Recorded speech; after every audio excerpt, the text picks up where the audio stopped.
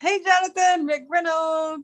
What's up? What's Hey, up? I literally had to run in the house and interview you because I was out. Then my battery died. I was like, man, I wanted to talk to you outside in the beautiful weather, but I'm Oh yeah, here. it's nice outside. You said, well, what?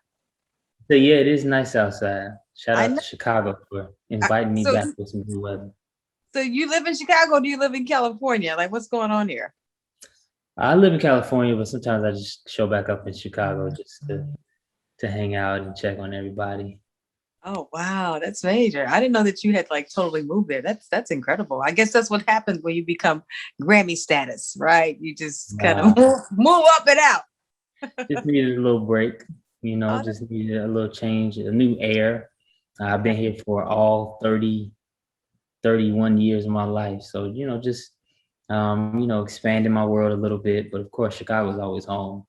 Yeah, we're so proud of you. And I know your mom is proud of you. I know your Kojic family is proud of you. I know the industry is proud of you, I believe. And to be able to win your first Grammy. Where were you at when you got the news, Jonathan? I was actually on a trip in Morocco. I went to Morocco with a friend of mine, Dewana Thompson. It was her birthday, and so she had a lot of her friends out there. And we were, I was, getting set up. I told them that, at a certain point, I'm going to have to kind of set up and move to the side and get, on the Zoom or whatever, the Grammy Zoom. And the time difference, what's crazy is I didn't realize that when America goes through daylight savings time, nobody else does, so at least not in Morocco. So Okay. I was all messed up. My time zones were all messed up. I was running late. I was trying to get stuff together. So I didn't even really get to get back on the broadcast to make an acceptance speech. But I did kind of watch it. I watched it happen, and I told the whole group, I was like, I think I won, and I couldn't be sure because I couldn't hear the sound or anything like that. Signal was not the best out there either, so it was crazy. But I got a lot of texts that confirmed that what I thought I saw really happened. That's really cool. And so when do they actually deliver you, or how does this happen? You actually get the Grammy award. Is that something that's mailed to you? How does that work? Yeah, it should be eventually. I think it normally takes about a month or so. So as soon as you almost forget about it, it shows up. Yeah, I'm quite sure you got a place for it in your house too to showcase it, your first Grammy.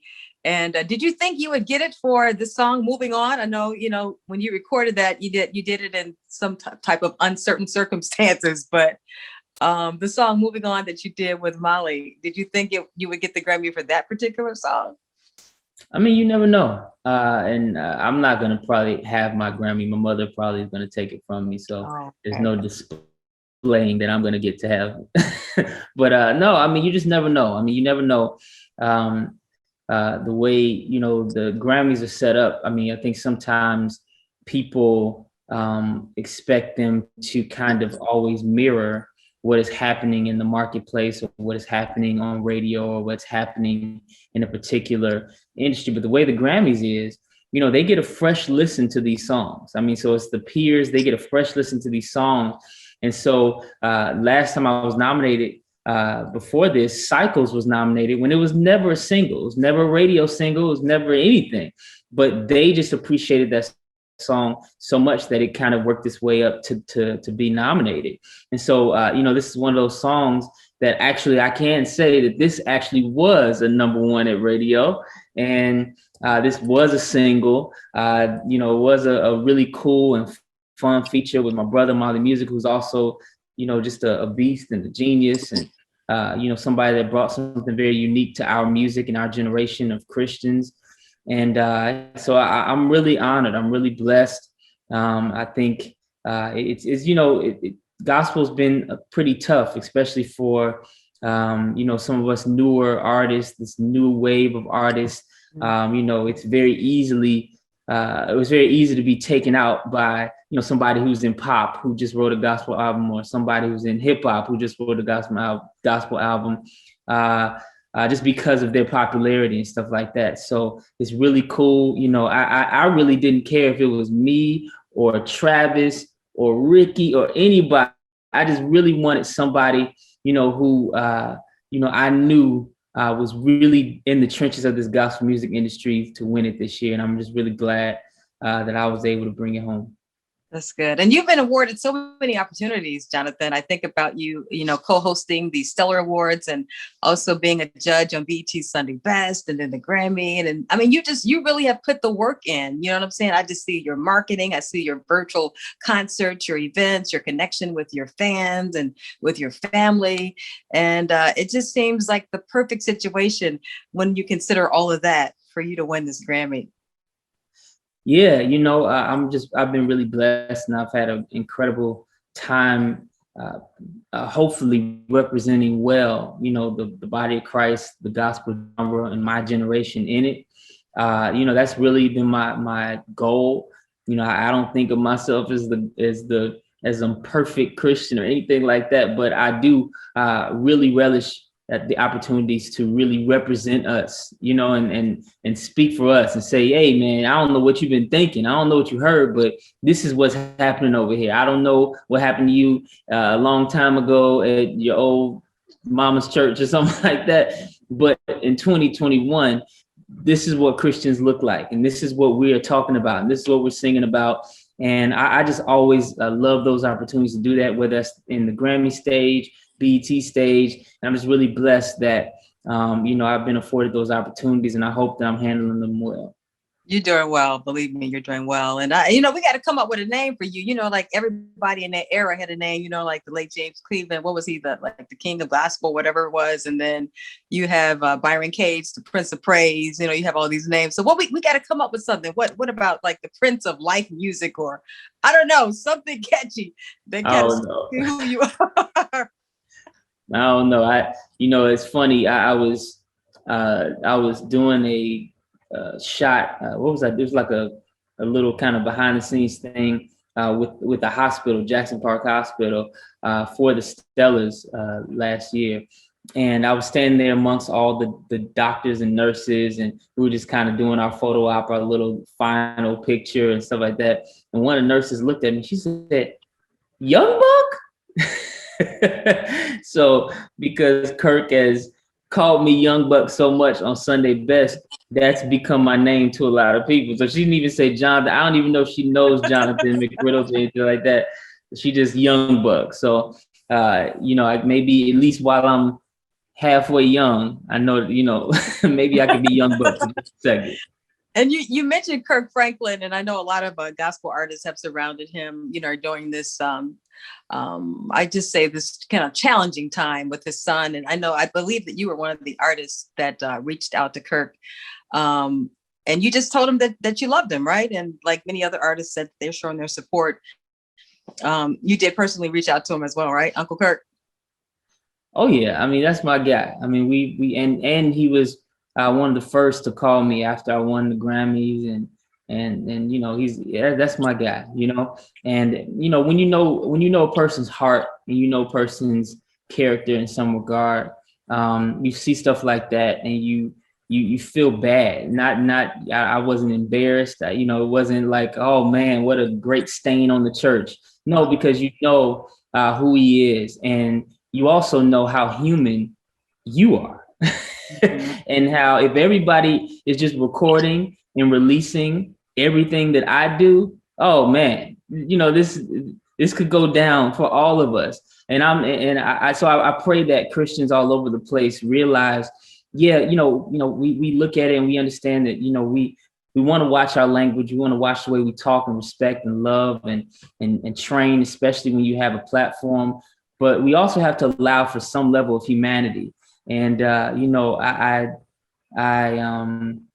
it becomes a slippery slope when everything you do and say could be released and recorded and then up for public consumption, and then you have to apologize to the public for something that even maybe you just did to a person, and perspectives differ even on that. So I'm just praying for everybody's sanity, everybody's peace.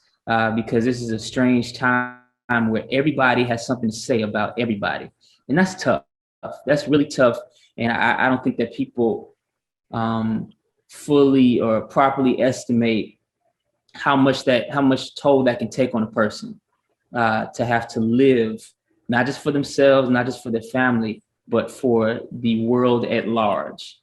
That sucks sometimes. And so just keep everybody in prayer. Keep all the pastors and artists and people with a public platform, with the public target on their back. Because it wouldn't have even happened to him if he didn't have a target on his back. Right. That wouldn't have been the way to even address the situation. So, we're just praying that, there's healing in that family, praying that there is, healing between he and his son, and, also praying that there is a greater lesson for the church here to learn, both on the side of standards and on the side of grace. That's good, Jonathan. So it seems like you've been doing okay during this pandemic. I don't know what has kept you, in a place of peace. And maybe you can share a little bit about that. Or has it been hard to even date in this pandemic? Like what have you been doing in this pandemic just to keep yourself fresh, to keep yourself sane, to keep yourself at peace? Any words of advice you could offer us, or what has kept you in a place of peace? Well, I think we all have scrapes with losing peace sometimes. And, this has been one of those years where, there are small successes, especially when you feel like you've done things creatively and you've been able to ride a wave and not be consumed by it. But then there are also, it's just one of those things where you realize sometimes you're working twice as hard to get half as far because of how difficult things are. So, I always say, again, I know that cancel culture doesn't allow it. I know that, having a ministry and a platform and having to be publicly saved all the time doesn't always allow it. But it's okay to not be okay sometimes. It's okay to, to break down just for a minute, just so you can give it to God and you can properly assess what is going on.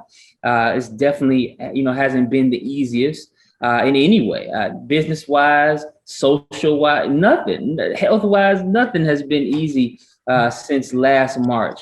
But I'm just really glad. I think if you ask me what allowed me to keep my peace, I'm just thinking the Holy Spirit in general did. I don't think I don't want to give myself any credit for doing anything special. I just think that you keep your mind stayed on him as much as you can. You recognize that this is not happening to you. This is happening to everybody. You're not losing ground here. You might feel like you're not moving as fast as you were in 2019, but nobody is. So you're not losing ground. Everybody's in the same standard, in the same race. And I think everybody's just, if you can get to a place where you're enjoying kind of experimenting and thinking of new ways to do things, and being innovative, if you can get into that place where that becomes fun and not work, that's probably, the most healthy place. And we've had my team, me and Walter and everybody, we've had a good time in a lot of moments trying to reinvent the wheel. And for some of us creative people like that, it's actually not that bad. It's not that bad. So what's next for you? What you working on? I don't want you to come back to Chicago and we're surprised that you married or something like that. Like what's brewing? What's brewing for Jonathan McReynolds, like personally and with your music and with your career? Y'all gonna be surprised when I get married. I'm not gonna hint at that at all. That's another thing. Again, it's one of those things where people have so many opinions and so much to say that somebody like me, I have to manage that. So I'm not gonna give everybody a whole bunch of time to hum and haw and say and give me their opinions about it. You're just gonna show up. You gonna look for me, and I'll be gone. And but no, as far as professionally, we have, I started a label last summer and signed Doe. And we have our full album coming out this summer. I'm gonna work on an album and maybe it'll be out in the fall. And then we got some other special stuff coming. There's a movie that I did last taped November, December, and that should be coming out at some point this year, and on BET. And it's just a lot, we're still looking, for Sunday best and all the other stuff. I think the only hold up is, can we find a way not to have to do it in the COVID-y way that we had to do it last year? We want to try to get it back to closer to normal. But, that takes a lot, and that probably takes some good, participation with the government and the medicine and the vaccines and the Black folks and everything has to come together for that to work.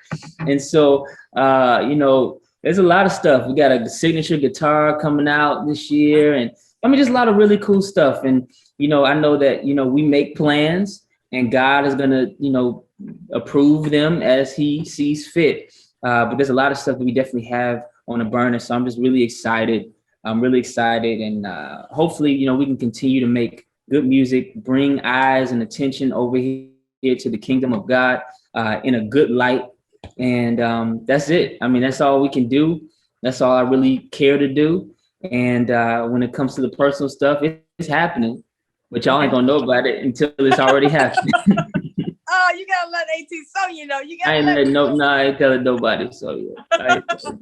Oh man, I thought I was I thought I was in a special club when it came to Jonathan McReynolds. Oh man, but we just wanted to take the time to celebrate you. Chicago loves you, and we appreciate you, your integrity, and just everything that you brought to the table as it relates to your music, your humility.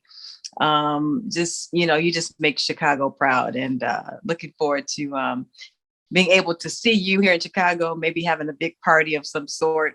I don't know when that's gonna happen, but we just really proud of you. I'm glad I could catch you. Your career kind of launched at Inspiration 1390. So you always got to come back home. You always have to show us some love, Jonathan McReynolds. Always. This is the first and possibly the only interview I've done, since the Grammy. So of course, you got a special place in my heart. I love my city, and it's always just an honor to hear you guys say good job. It's DC can say it, Atlanta can say it, LA can say it. When Chicago says it, it does hit different. So I appreciate y'all.